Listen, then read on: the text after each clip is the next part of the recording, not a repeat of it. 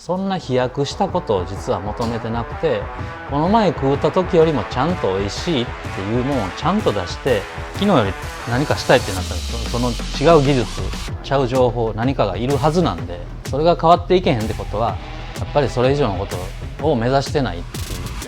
ことに尽きる気がします。5億円の過程で自分の夢が叶えれるような、そういう気持ちで仕事に向かってきてほしいなと思います。飲食やっててよかったなとか、飲食やっててこういう気づきを得てこういう人生になったとか、そういう存在プラットフォームになりたいなっていうふうに思います。もともとこのアレグロって、塚口の駅前でやってて、はいはい、でその時は窯がもうピッツァがなくて、はい、パスタとアンティパスタの普通のイタリアンやったのに、はい、ちょっともうひとひねり欲しいなと思ってある店に行ったらこのナポリピッツァの巻き窯で焼いてるお店があって、はい、ちょっとその時にアレグロにピッツァ欲しいなと思ってたら、はい、アレグロ天満店で先輩が居抜きの、はい、窯のある居抜きをやれへんかって言われて、はい、ほんでそれで始まったのがこのスタイルの、なるほど、はい、アレグロもうまさにそうです。もうそこから初っ端はガス窯やったんですけど、はい、どうせやるならこの薪で、はい、ナポリのまんまやってみたいっていう欲が出てきて、はい、今もほぼほぼ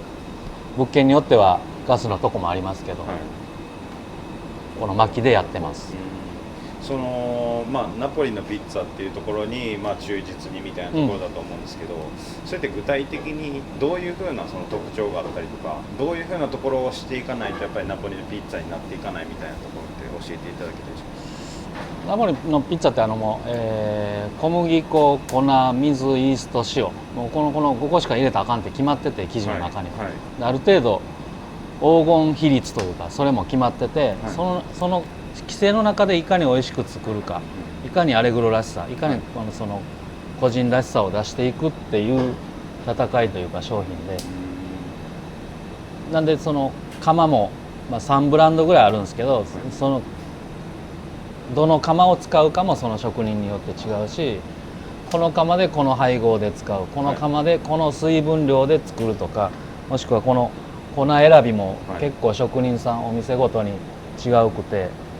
そこら辺がナポリピッツァというかナポリピッツァの面白さ、ものづくりの楽しさかなと思います。なるほど、はい、アレグロでは統一してこういう風なやり方っていう風なのをある程度決めてやられてるんですか？それともアレグロの中でもお店ごとにちょっとずつ違ったりするんですか？基本的な配合は実はあるんですね、はい、それはみんな共有して持ってるんですけど、でもやっぱ各店ごとに場所も違えば湿気も違えば温度も違うので、ある程度はもうそこのピッツァの職人ピッツァヨーロに任してます。だから、賞味今日ええやんって自分好みのもあれば、はい、あれなんかちゃうなっていうのもあるんですけど、ただその合格範囲にはみんなで入っとこうね、はい、でこれをもちろん超えてもいいから、どうせなら120点を目指していこうっていう発信はいつもしてます。なるほど。なんかそのためにそれこそこの前天満店に行った時に見たんですけど、そこにも多分載ってると思うんですけど、ピッツァの、はい、世界選手権でっていう風なところがあったと思うんですけど、はい、なんかそのピッツァの世界選手権にこう出られてっていう風なところで、やっぱりそのナポリピッツァとしてちゃんと認められるものを作っていきたいっていうところをきっかけでこう出られたんですか？そうですね、きっかけは名古屋の世界チャンピオンにお誘いいただいて、はい、出てみたらって言われたんですけど、なんかやってるうちにやっぱり僕もパシエ出身なので、はい、粉に水入れてそこから何か生み出す01作る感じがすごい面白くて、でそのナポリ人が一体何を考えてイタリア人が何考えて作ってるってのを見たいなっていう衝動で大会がいいきっかけやった。なるほど、もうそんな感じです。なぜそこまでもともと1店舗目がジンベエだとお聞きしたんですけど、で今パティシエされてたっていうのも初めてお聞きしたんですけど、なぜそのイタリアの文化っていうのに忠実にこのアレグロっていうブランドを立ち上げようっていうふうになんかこう思ったんですけど、すでにあったっていう部分はあると思うんですけど、それでもある程度なんていうかこうなんとなくのイタリアンもあれば、もうかなり基本に忠実にとか、王道にっていう風なところを挙げられてる理由って何なのかなと思ったんですけど、実はもともとは創作もあれば、なんかカレーもあれば、もう流行る前はもうとりあえず何でもいいからやってみようっつって、売れるもんを残していってた時期もあったんですけど、なんかやってるうちにやっぱりちゃんとルーツのある料理を作りたいなと思い出したんですね。ほんでそれを作り続けてたら、やっぱり美味しくもなっていくし、それをイタリア行ったら掘り下げてそこのルーツに行ってその歴史を見たり、こういうシーンでこう食べられてこうなってるんだと、もしくはもう廃れていってるものもあるけど、だからその掘り下げが面白かったんですよ。で結局やってよかったなと思うのは、それ掘り続けてやってたらそれってルーツなもんやから全ての料理につながるんですよ。ってことはこれを学べばどんな料理にでも、イタリアの各地でもそうやし、フレンチ、和食、アメリカ料理何でもそうやけど、ドルチェでもそうやけど、それ全てにつながる、使えると思ったんで、これはやっててよかったし、これからもこういうスタイルで和食もイタリアンもケーキもドルチェもやっていこうと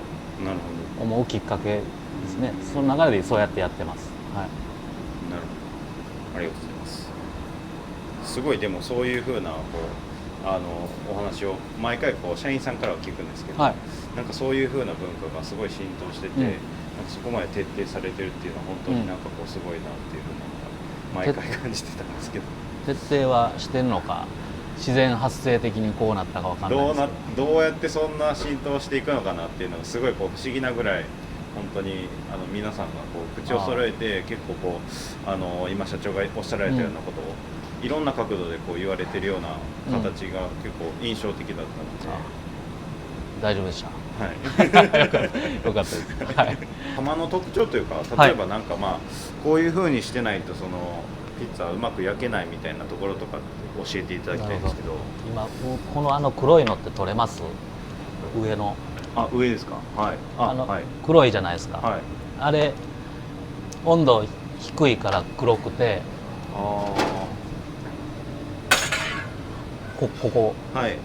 これが温度上がってくると真っ白けになってくるんですよ。そうなんですか。もうこのてっぺんここまで、真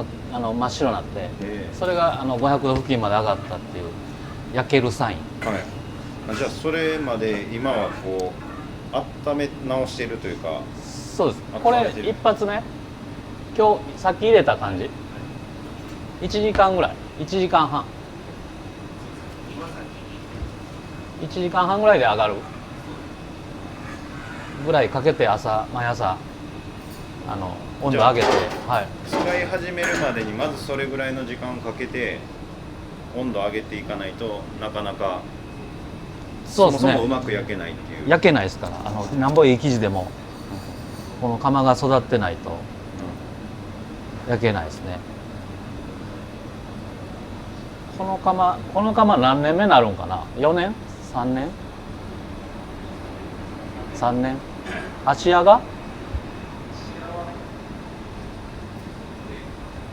屋創業で12年。その前に9年使ってたとか言った気するから20年ぐらい使ってるよね。やっぱちゃう。そうね。なんかやっぱどう違うんですか、使ってる年数で変わっていくんだったら。年数が多ければ多いほどって言うんですけど、10年ぐらいでへたってくるっていう噂も聞いてたんですけど、うちも10年20年選手いるんですけど、多分イタリア人の特性で、ちゃんと作ってなかったっていうやっぱ釜にも個性があって、なんか買った時ってゆっくり弱火から火入れて水分を抜いていくんですけど、その作業でなんか結構僕らガンガン炊いてた、あんま知らんかったから、その影響で梅田店は床炉床っていうんですけど、床がボコってなっちゃって、それは多分僕らの加減ともともとの釜の個性がそうだったのかなっていう、はいまあ、そういうことも勉強しつつ今一番結局仕上がってるのがアレグロ芦屋店の20年選手。すごいですね。そうなんですよ。やっぱなんか安心感。すいません、なんかこうイタリアのものって言ったら結構レザーのものもそうですし、服もそうですけど、やっぱりなんかこう使えば使うほどみたいなところをすごいなんか好むような、なんかやっぱり人たちなのかなっていう感じがしますよね。多分それがおもろいんじゃないですかね。窯をなんか今回はええ窯やな、今日はええな、今日は悪いな、あっこの窯失敗したなとか、それがイタリアの面白さでものづくりの楽しさな気はしますね。はい、おもろいですよ。ここはタイル張ってないんですけど、他の店はタイル張って、そうですよね。これは無地に、この上に本来はタイル張ってたりとかするってことですね。無地で塗装してあって、あれはその装飾の意味がやっぱり多いんですか？タイルを装張ってる飾と一応保温の意味もあるんですけど、一応もうここはここだけの部屋作って、ここで熱をこもるようにして、蓄熱的な意味も込めて作ってます。なるほど。はい。ピッツァはテストがあるっていうふうに、パスタもあるって聞いたんですけど、やっぱりそこで求められる点っていうのはどういうふうなところになってくるんですか？ちゃんと焼くことはもちろんなんですけど、所作、立ち居振る舞い、プラス結局お客様に出すものなので、お客様がワクワクしてるかどうかまで想像して焼いてるか、そうしようとして焼いているかかな。それってやっぱり経験があるんで、そのテストの瞬間にできてなくても、そこを意識してやろうねっていう試験にはしてます。はい、それって具体的に言うとどんなことがなんていうんですかね、それにつながるというか、例えば窯入れとかでもここにピッツァが乗って、窯をこう入ってくるんですけど、これがかっこいい人と、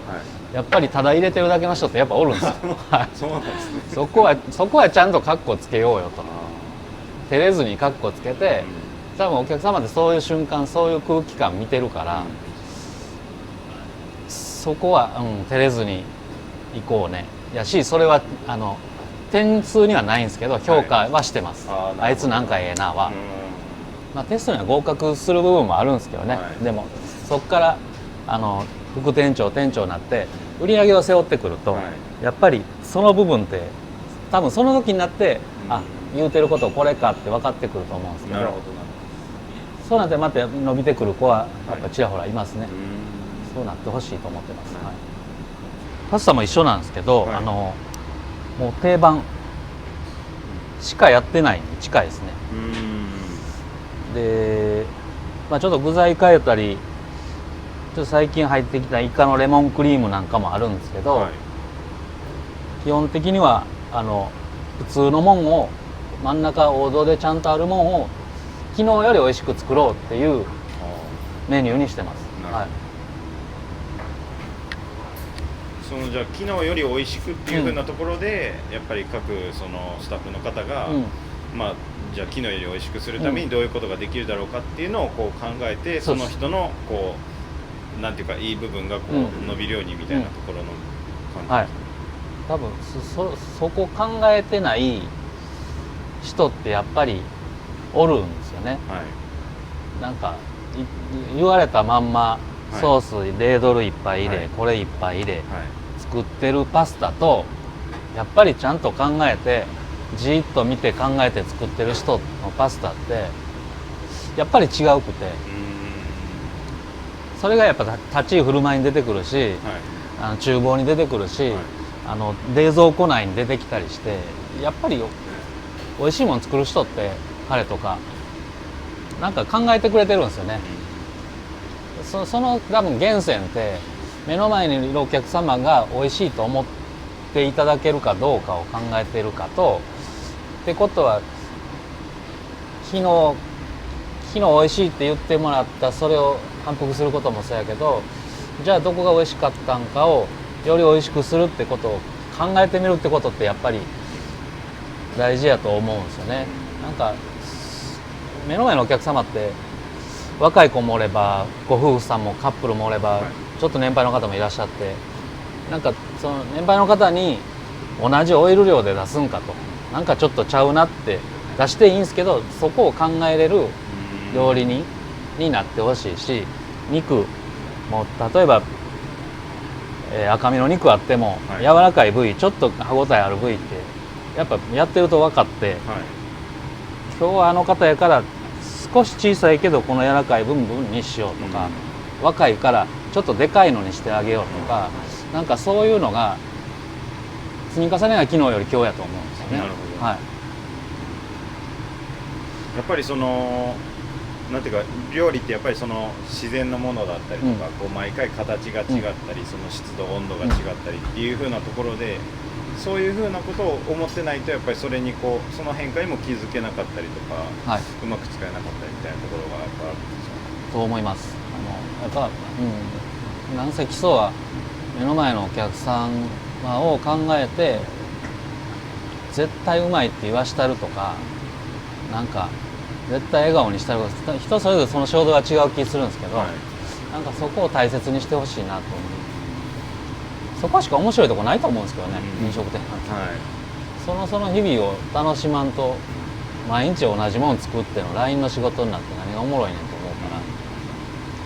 そうしてほしいと思って言い続けてます。は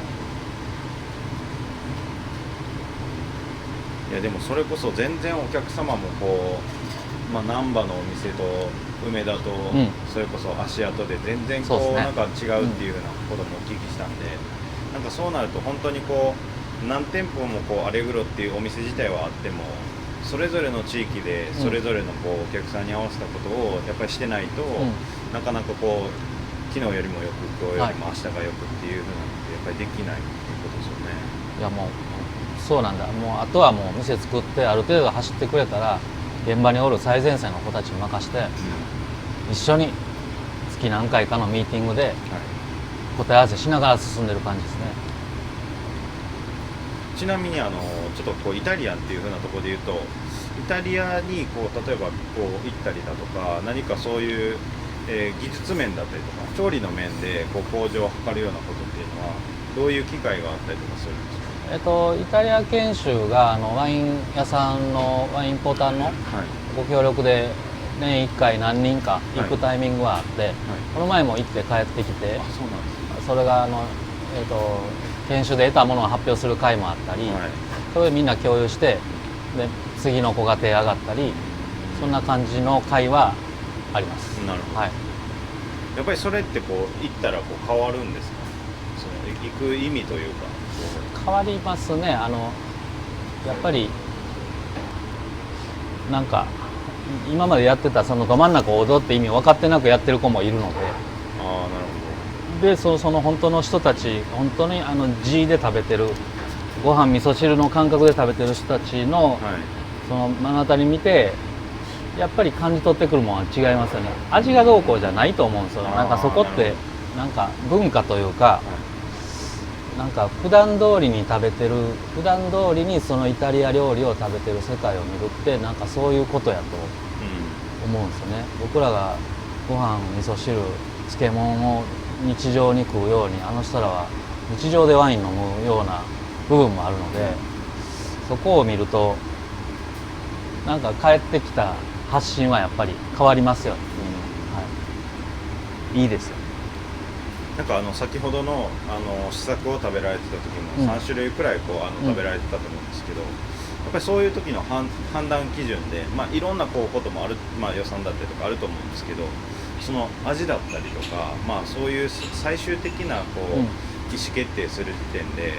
なんかこうアレグロだからこうやっぱりこういう風な判断するみたいなところの軸ってあったりとかするんです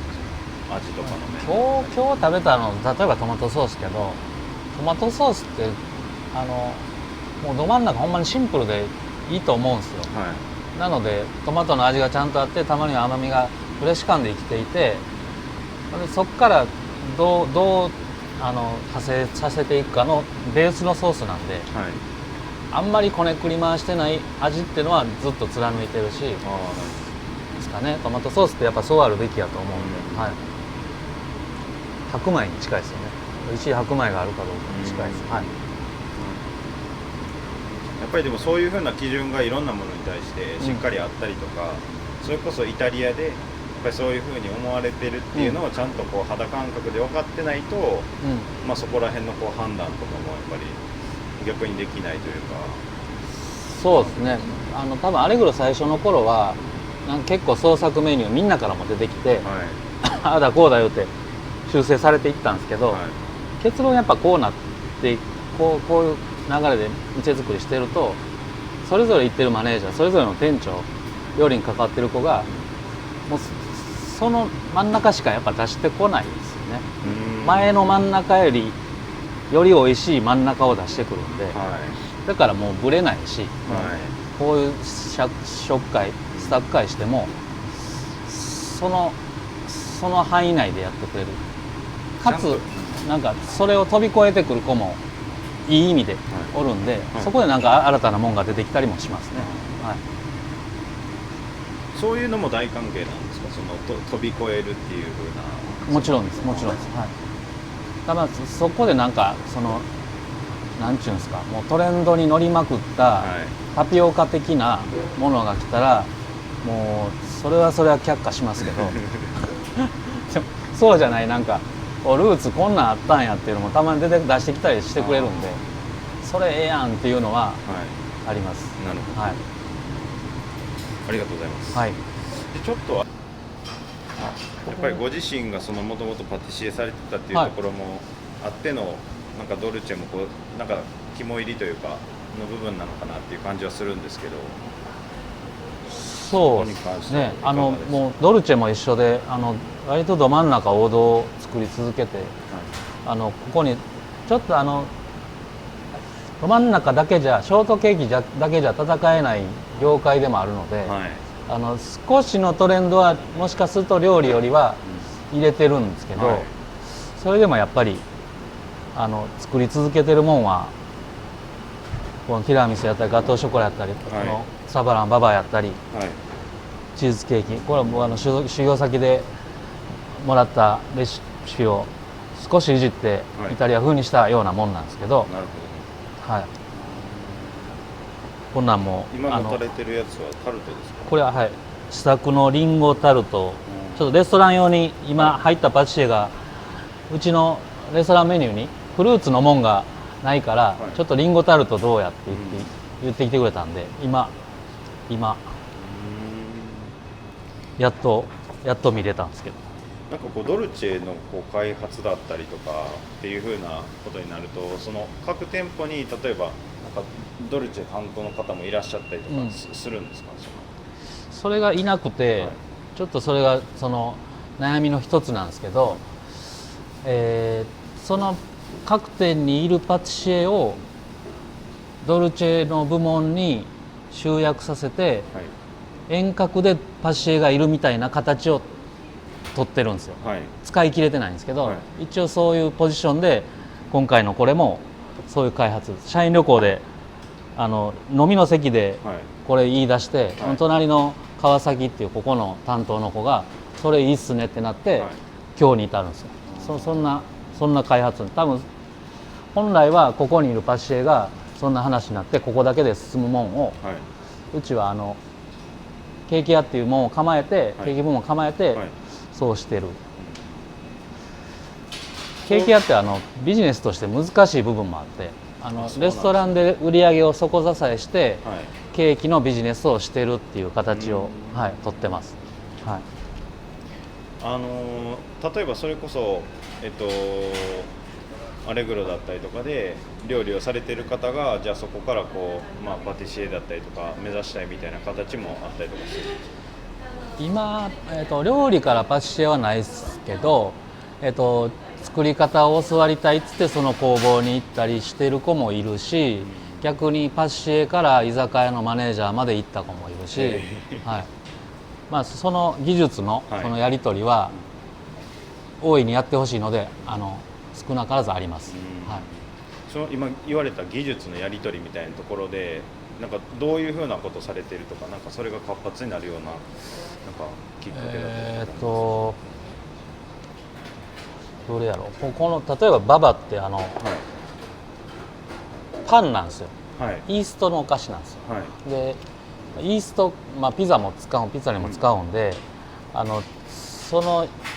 イーストの生地のその違いの面白みの共有だったりで、多分どう作ってるかも全員が分かってないと思うんですけど、そのお互いにその情報交換してあ、ババって実はパンでそういう風になってるんだっていう情報交換があったり、多分逆に、ピッツァって生イーストを使うので、はい、こっちはドライイーストなんで、はい、そのイーストの違いのなんか話し合いがあったりとか、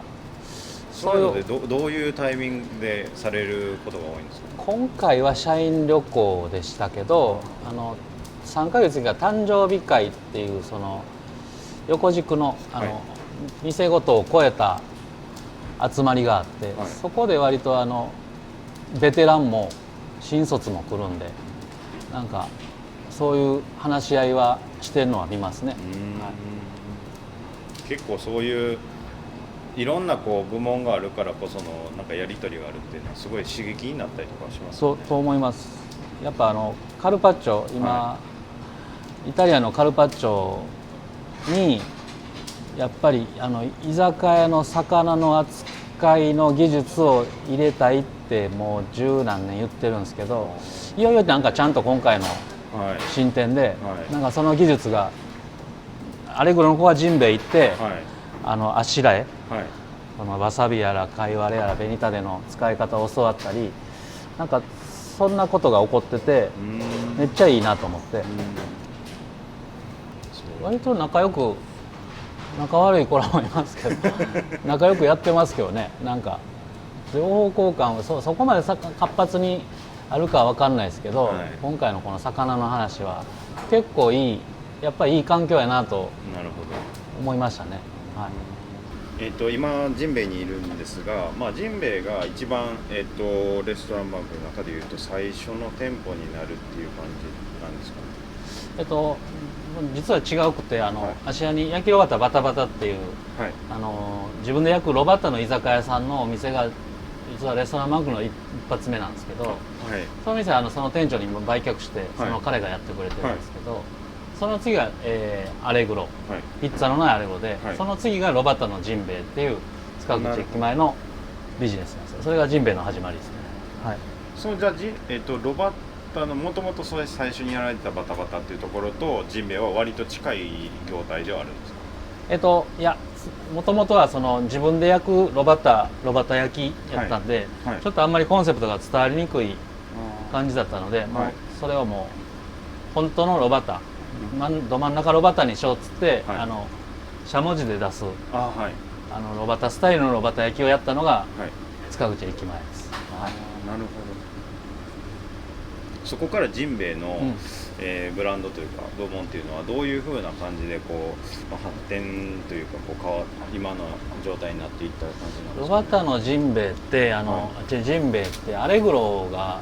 始まって、はい、確かアレグロに押されてジンベエ1店舗だけやったはずなんですよね。 7,8 店舗までそのままで、ほんで次に梅田の立ち飲みジンベエを出して、はい、ほんでおでんのジンベエが始まったんかな、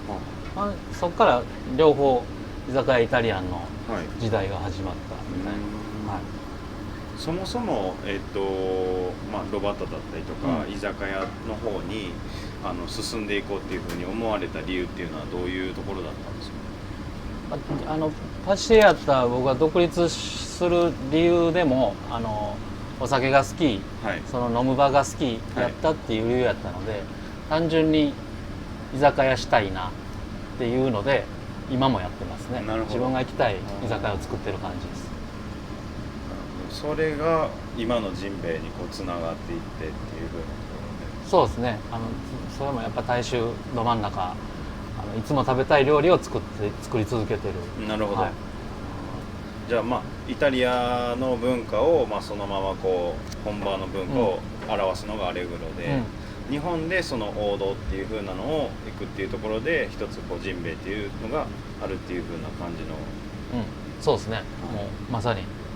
美味しい魚あって美味しい魚あって美味しいあてがあって美味しい一品があって途中で出てきたんですけどちょっと締めにもうちょっとパンチ欲しいなっつってそば、を始めたんですよ。なるほど、で今なんかこうそばが結構その店名にもついてるジンベエがあったりとかするじゃないですか、やっぱりそこまでこうやっぱり結構そばっていうのをこう打ち出すような感じにもどんどんなっていったっていう。そうですね、アレグロにナポリピッツァ入れた時の感じで、なんかその関わる子たちの武器になる何かもう一個いるよなっていうのがそばやったんですよ。アレグロにはピッツァで、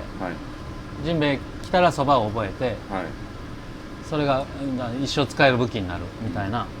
感じのポジションです。割と作り続けて今回の出店でこの新店で、結構気づきやったんですけど、そばとだしの相性って結構大事で、このそばを使ったからこのだしっていう多分ルールはあるんやろうけど、それにたどり着くまで結構時間かかったんですよね。だから今回の出店でそばジンベエグループのそばもスープだしもガラッと変わったんですよ。でもちろん味は上がって、そういうお声もいただけるようになって、食べるの点数もやっぱり上がっていってて、そういう開発を、してます。そばの、作り方だったりとかに関しては、他にその、スタッフの方がこう一生の武器になるっていう点で、何かこうアピールするようなポイントとかってあったりとかする？これも一緒でだしはちゃんと取ろうと。そばはね実はもともと売ってたんですけど OEM にして、ちょっとそこは人様の力借りてるんですけど、だしは基本通りにだしパックは特注で作ってもらってるだしパックで取るんですけど、ちゃんとだしは店舗ごとにちゃんと取ろうと。ほんで1番だしでおでんを作りそばを作りか2番だしでおでんを作り、だしをちゃんとそういう流れもともとある昔から続く蕎麦屋さんの流れを大切にして作っていこう。多分その過程がそのだしの取る技術、食材を扱う技術、それがその成長、飲食人としてのものづくりの成長の一つであるなと思ってます。だからその当たり前普通のど真ん中作ることの大事さってここにもあるなと思うんですよ。ど真ん中をこう作るっていう意味では、その日本のものを日本で提供する、逆にそこの難しさみたいなところもあると思うんですけど、こういうところがすごいからジンベエってやっぱりこう人気になってるんだみたいなところってどう考えられてますか？ど真ん中王道ってやっぱりいつも食べたいと思うんですよね。なんか特別な日でもなければ、晴れの日でもないけどいつも食べたい、体調いい時でも悪い時でもちゃんと食べたいもんがジンベエが追い求めてる味やなと思ってて、だからご支持いただいてるのかなと思ってます。おそば以外にジンベエの特徴でいうと、お魚とかもあると思うんですけれども、魚に関してはどういうふうな工夫だったりとか？魚屋さんももともとはお取引あったお魚屋さんを、一緒のグループになってもらってもう十何年になるんですけど、その魚の仕入れのその川上のその仕入れもちゃんとど真ん中にしてくださいって言ってあるんですよ。その連呼台でもなく石垣でもない台でもない石鯛であり真鯛であってほしい。それが養殖でも天然でもその店によってそれは変わるけど、でも今日ちゃんと美味しいもんを仕入れるようにしてください。その上で商売できるようにやってくれたら多分お互いウィンウィンでグループで成り立つと思います。そんな感じの仕入れもしてもらってるし、そこから仕入れるのもそういうもんを仕入れてます。なるほど。アレグロでも、お魚出されたりだとか、お魚はすごいこう使われる、機会が多いと思うんですけども、ジンベエの方は試験でお魚をさばくっていう風な試験もあると思うんですけど、なんでこうそういう一匹を丸々さばくみたいな試験を設けられてるのかなっていうのはちょっと思ったんですけど。今って主婦の人でも一匹魚さばけばなんやったらそばも売ってパンも作るじゃないですか。なんかやのにプロの子が渋市で柵で片身で仕入れてそれしかできへんって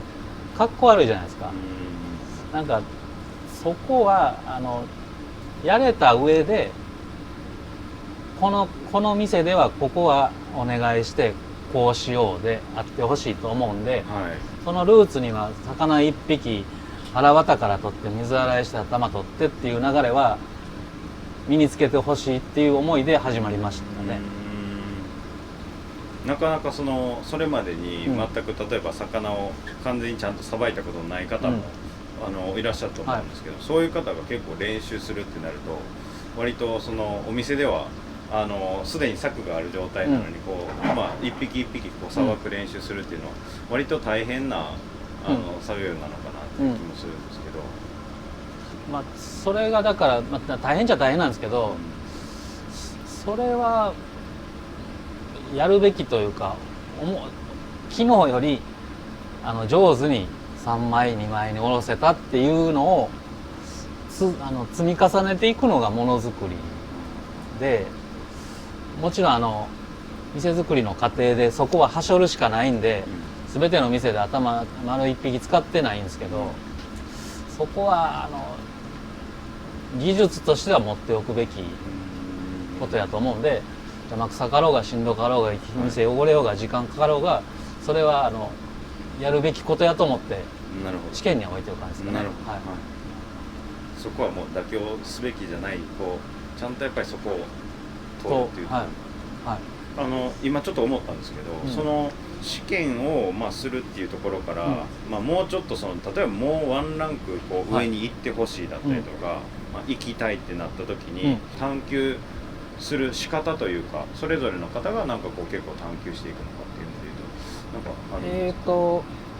さっきの話で言うと、さっきの店の店長の玉谷店長が、僕が何かで上げた画像を見てなんか美味しそうおもろいっつってもう始めてるんですよ。割とそんなきっかけがあったり、さっきの社員旅行での一言が何か商品化になってたり、会議でパッと思いついて誰かが言ったことがそれいいかもって言って商品化になっていったりっ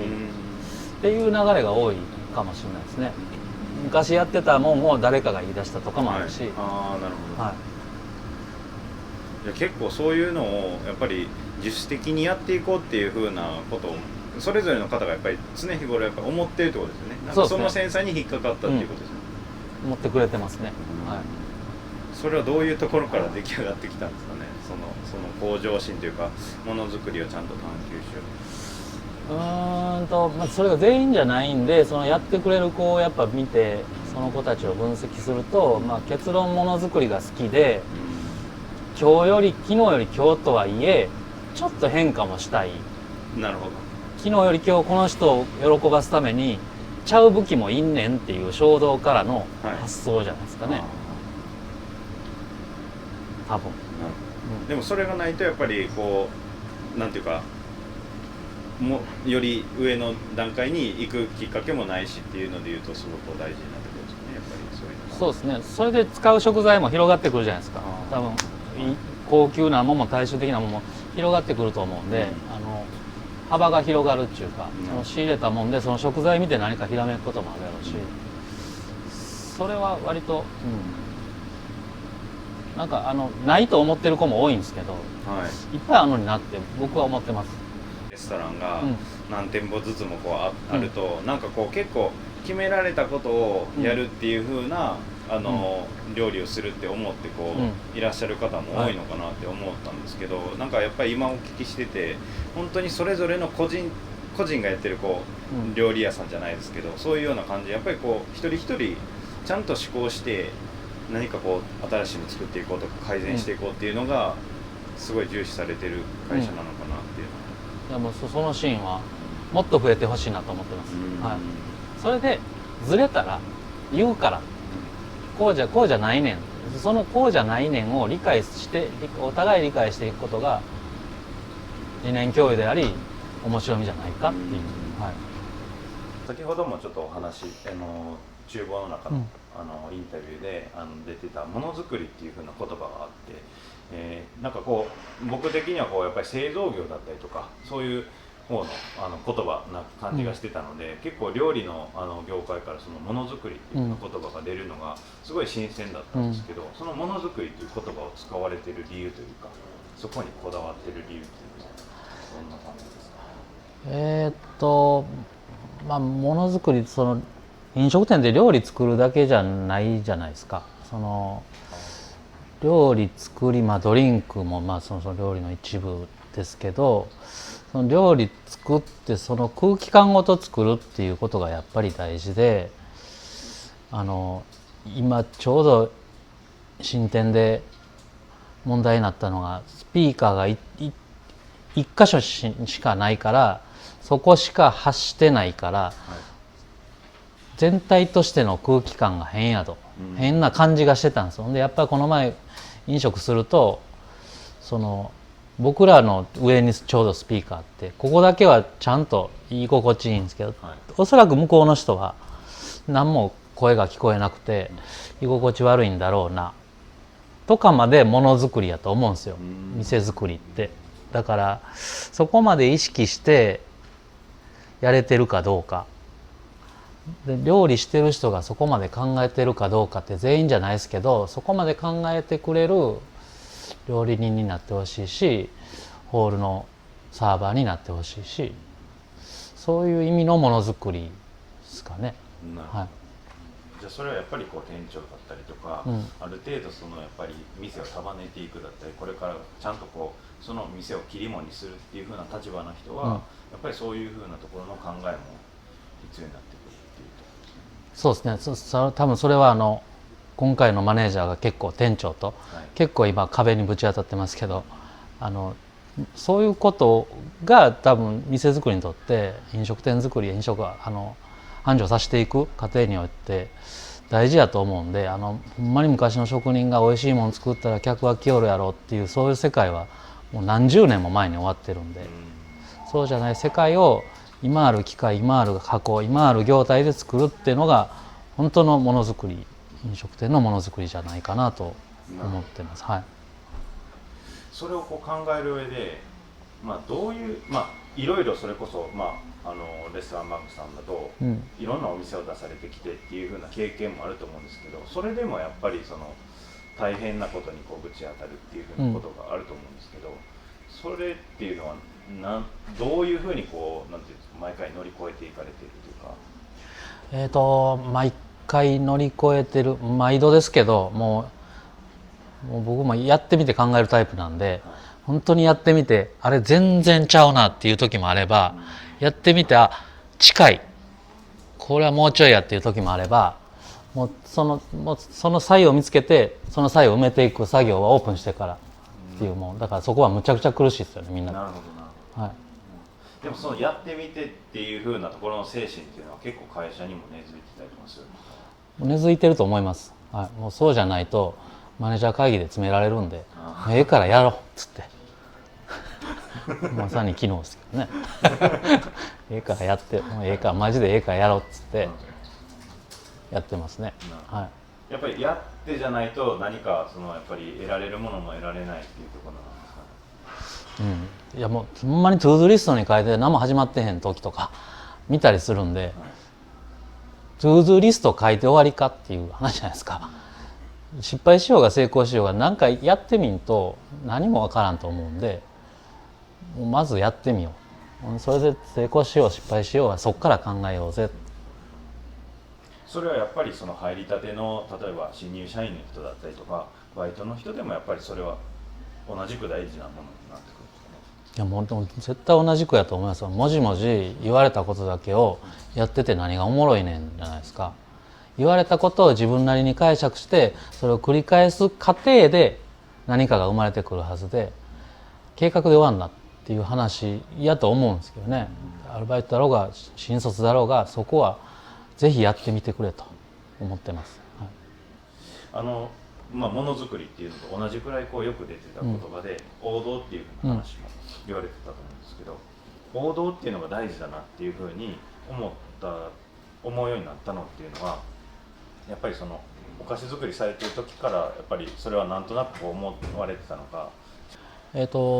や割と早めの段階でど真ん中のもんがもう多分僕の個人的な好みとしてショートケーキが好きってもうそういう感じです。マルゲリータが好きやしとんかつが好きやし、もうそういうもうモダン焼きが好き、もうそういうど真ん中を食べ続けてきたので、多分そういう家庭環境でも来たと思うんで、その延長ですかね。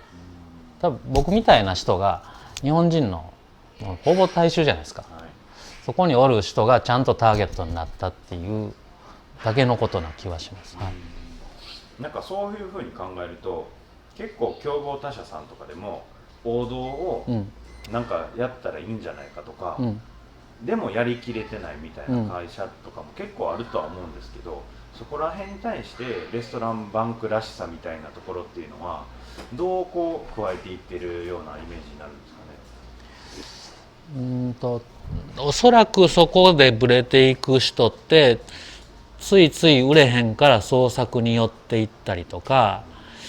創作もそうですけどなんか単価上げるためにトリュフかけたりとかいくら乗っけてみたりとかになっちゃうんですけど、そんな難しい話じゃなくて、目の前のお客様が望んでるちょっと先を行けばいいだけなんで、そんな飛躍したことを実は求めてなくて、この前食うた時よりもちゃんと美味しいっていうもんをちゃんと出して、ちゃんとそのさっき言った音楽、立ち居振る舞い、スタッフの空気感、優しさ、その辺をちゃんとすることの方が大事。それをなんか置いといてここだけに行っちゃうからそうなってブレていくんじゃないですか。で結果売れないってことやと思うんですけどね、はい、そういうふうなその基本的なところに忠実にいくっていうふうになってくると、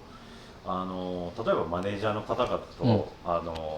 こうしようああしようっていうふうな話をされるときになんかこうすごい毎回なんかこう単純な考えですけど、毎回多分同じこう基本に立ち返ろうっていう話がこう多くなるのかなっていう気もするんですけど、なんかそれ以外で例えば、マネージャーだったりとか店長の方々とこうお話しするような内容ってあったりとかするんですか？基本的には僕マネージャーとしかコミュニケーション取れないって決めてもう数年経つんですけど、はい、その中でも最近やっと大事やなと、やっと心の底から思えるようになったのは、数字ってほんま大事やなと思って、今更なんですけど、なんかその中でも幸い昔から僕ずっと現場立ってたんで、その中でも管理する指標として売上も昨年対比なんですよ。予算を立ててどうこう予算立てる時間よりも去年の2月と今年の2月を比べて、今年の2月が良ければ俺たちは大丈夫だっていう指標もで動いてたんですね。割とそれをマネージャー会議でずっとそれ大事にしてて、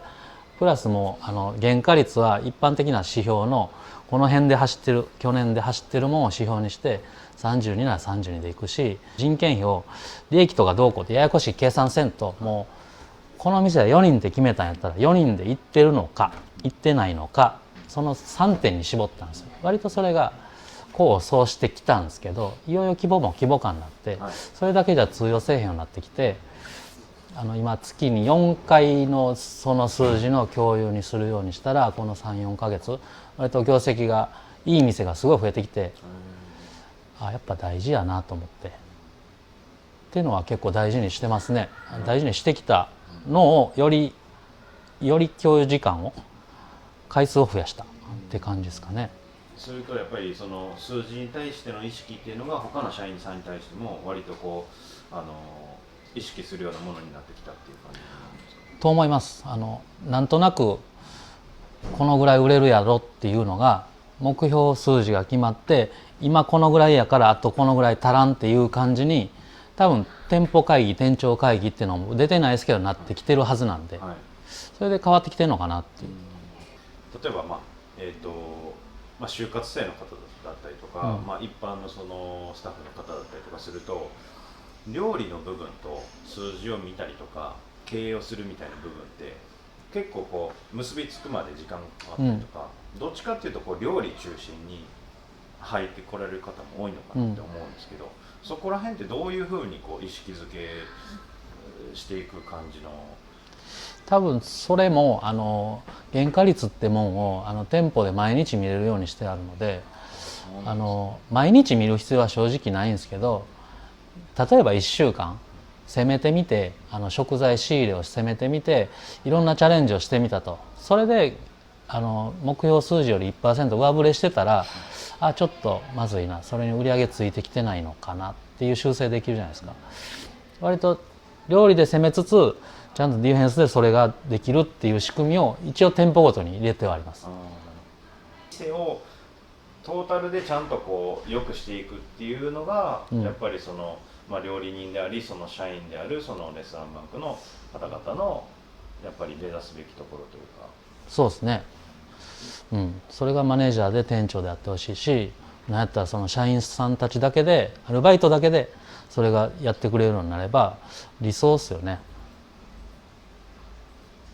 なんか東京行ったんですね、一昨日ぐらいに、大繁盛店を3、4年前におでん作る時に見た店が、そこはもともと食材をその場で作ってそれを売る、おでんにして売るって店やったんですけど、その作る工程がもうなくなったのか時間的に終わったのか分かんないですけど、それをやめてたんですよ多分、やめてるもんやから、一番僕たちが見に行ってる光景がなく、しかもあんま並んでないんですよ、そのおでんネタが。おでんはあるけど並んでない。その並べ方もなんかでっかいショーケース2つあって、1個だけにすりゃええのに1個にこう散らばして並んでて、でなんかそれって多分本当に分かる社長マネージャーさんたち誰かいれば、その指示を出せんのにな、もっと流行んのになとか思っちゃうんですよね。そういうことをうちの子たちには感じ取ってやっていける人になってほしいなと思って、それができたら店なんてどこでも流行るんですよ。その空気感作ることをなんか置いていくっていうか、みんなもうおでんやったらもう練り物をどう美味しく作ってるんですかねみたいなことだけに終わっちゃうんで、そこじゃないんだよっていう。店っていう店を作るっていう風なところ言われてると思うんですけど、そこにもつながると思うんですけど、店を作るために日頃からどういう風なことが必要なのかなっていうのはすごい今お聞きしてても、やっぱりこうちょっと疑問に思うというか、お聞きしたいなっていうところなんですけど、先ほどからもずっとお聞きしてる内容ではあるんですが、やっぱりこう例えばそのおでん屋さんを見てもやっぱりそういう風な今社長が言われたような感覚になるかならないかっていうのは、どういうところで鍛えられていくんですかね。マクドナルド行ってもおでん屋行ってもイタリアン行ってもやっぱその人を見る癖はやっぱあるんですよね。そのシェフも見るし、サーバーで歩いてるアルバイトの子も見るし、どんな歩き方してるかとか、どんな髪型してどんな風な喋りでどんな理解度でとかついつい考えちゃうんで、なんかその癖は店作りする人、飲食の人はつけておけば、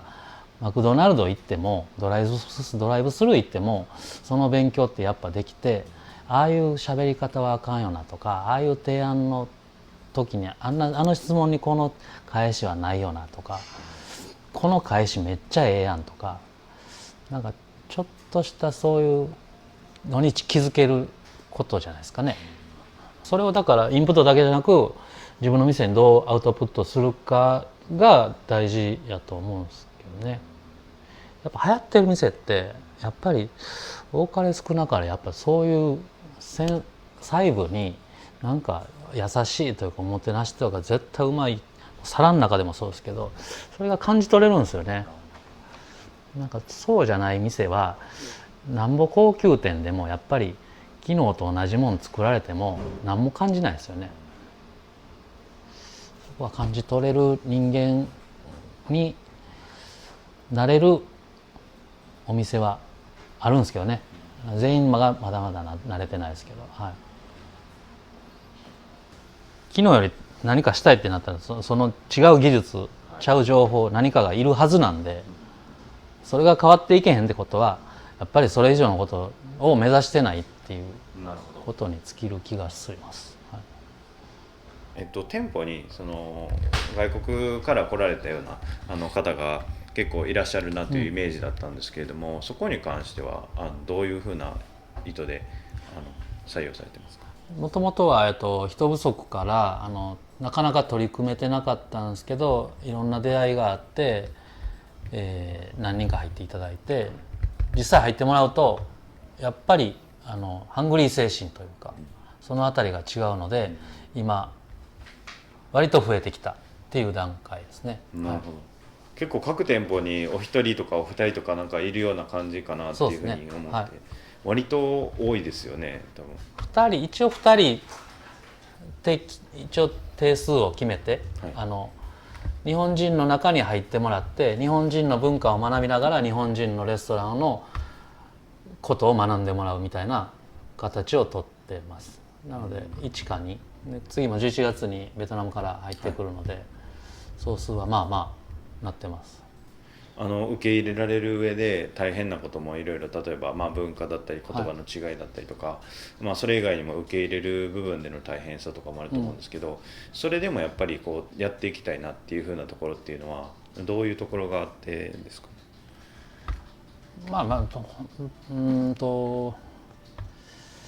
日本人だけに頼る店作りっていうのはなかなか難しいっていうのが正直なところですけど、どうせでもそれが始まったのなら、その子らと一緒にその海外へのチャレンジもそうやし、その人たちの地元の国でうちのブランドを一緒に立ち上げるとかまでいけたらよりええなと思って取り組んでます。まだそこまでなってないですけど、社員旅行で2晩その子らと飲んで食べて話して遊んでしてるとやっぱりいいんですよね。そのぐらいになるんじゃないかっていうポテンシャルは感じるので、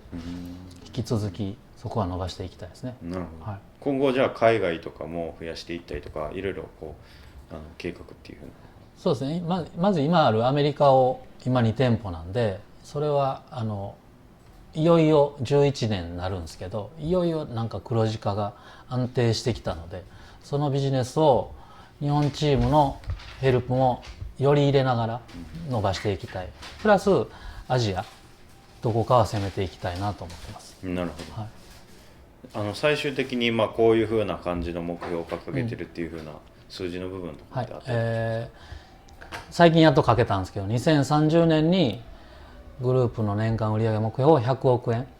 それもただ途中経過で100億円。それ以降は何億かはまだ決めれてないですけど、2030年の100億円はみんなで達成しようと、先日の社員旅行で発表しました。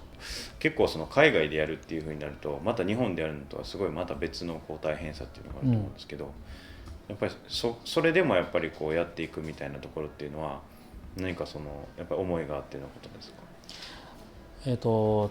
多分日本人が持ってるレストランのスキル、レストランの実力、レストランってとんでもないハイレベルなんですよね。多分日本が今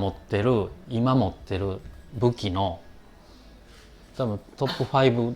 ぐらいに入るぐらい明らか武器なんですけど、なかなかその英語の壁である言葉の壁でチャレンジできてないんで、それを思って11年前にやったんですけど、よりそれが深まってちょっと力ついてきたんで、それを進めたいと改めて思ってます。じゃあそこでもう今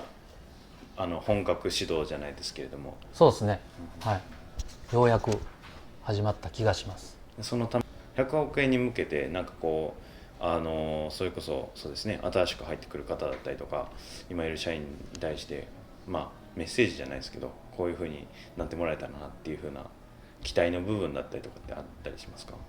この前社員旅行でも語ってもらったんですけど、その個人のそれぞれの目標と夢、それを叶える過程で100億円があって、そのお互いそのベクトル一緒で行く目的が一緒の会社を作りたいので、そこでそういう活躍をしてほしいなと。100億円の過程で自分の夢が叶えれるような、そういう気持ちで仕事に向かってきてほしいなと思います。はい、ありがとうございます。じゃあちょっと最大の疑問が、はい、料理飲食系だと思ってたらジムがこうあるっていうのはすごいなんか僕は驚きだったんですけど、はい、そこにはどういった理由があったのかなというのが。でもそれはもう単純に飲食人は運動する機会がないので、心も体も健康でいようと、僕自身も30 10年ぐらい前に多分このパーソナルトレーニングっていうのをお願いして始めて、その時の希望がもっと食いたいねんとっていう希望を出したら食えるようになったんですよ、その経験でやっぱみんなも年齢いくとともにそういう運動を入れた方がいいなっていうきっかけです。じゃあ結構最初はそのスタッフの方だったりとかそういう方にとってもすごいいいものになるようにっていうところで考えられてたっていう。その過程でこれがちゃんとビジネスになったらいいなとも思ったし、今4店舗になりましたから、じゃあ結構福利厚生的な面も大きいんですね。そうですね、何人かやっぱり体がでっかなってる子もいます。すごいですね。やっぱりジム自体もすごいこう人気だったりとか人数やっぱりこう増えやすい業界ではあるんですか今多分そのトレンドの最中じゃないですか。やっぱ体をコロナ中から体を鍛えるってことになんかみんなが向き出してやっぱよう流行ってます。なんかこのジムをなんかせっかくやり始めたからにはこういうふうにしていきたいみたいなこう考えとかっていうのはあるんですか？飲食業の若者のなんていうんですか悩みと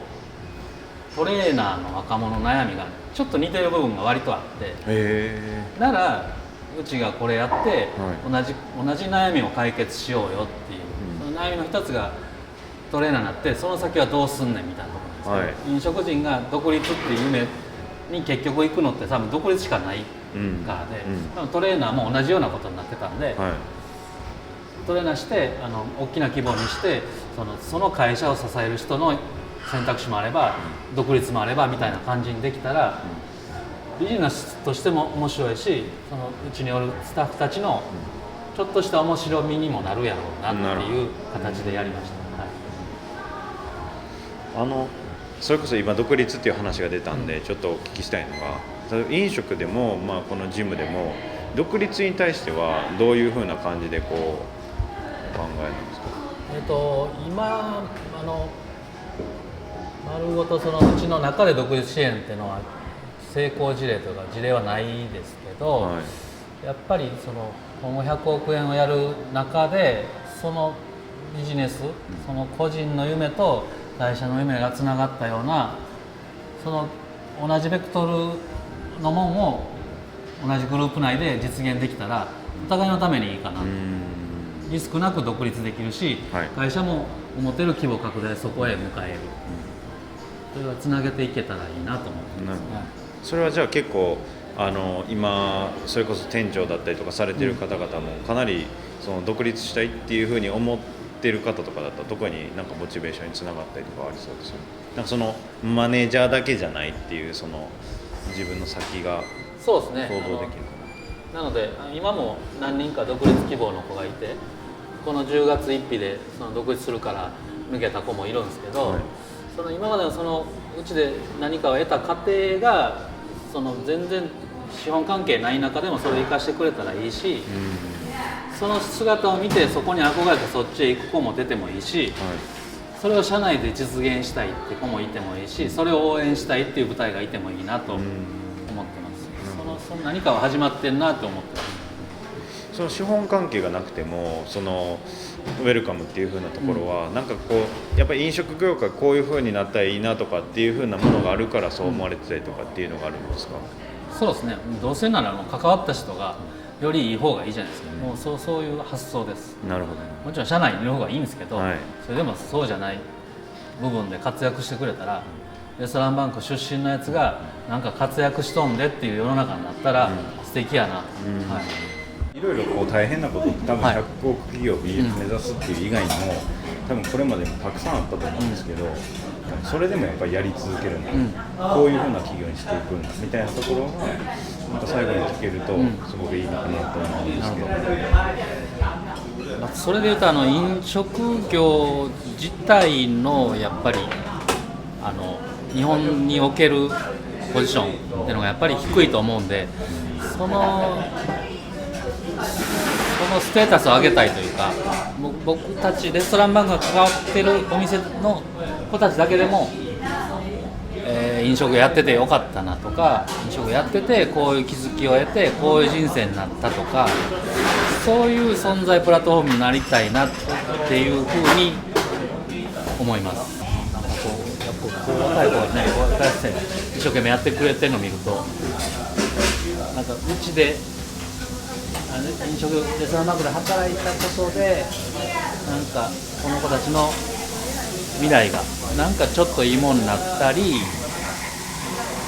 本当のことを言うとこの子たちが飲食業に入ってやりたいなっていう企業にしたいなと。なんか大学行った子たちが飲食業に入ってこずにちゃんと卒業していくっていう、そうじゃなくて大学生たちが飲食業に入ってくるような飲食業にしたいなと思います。はい。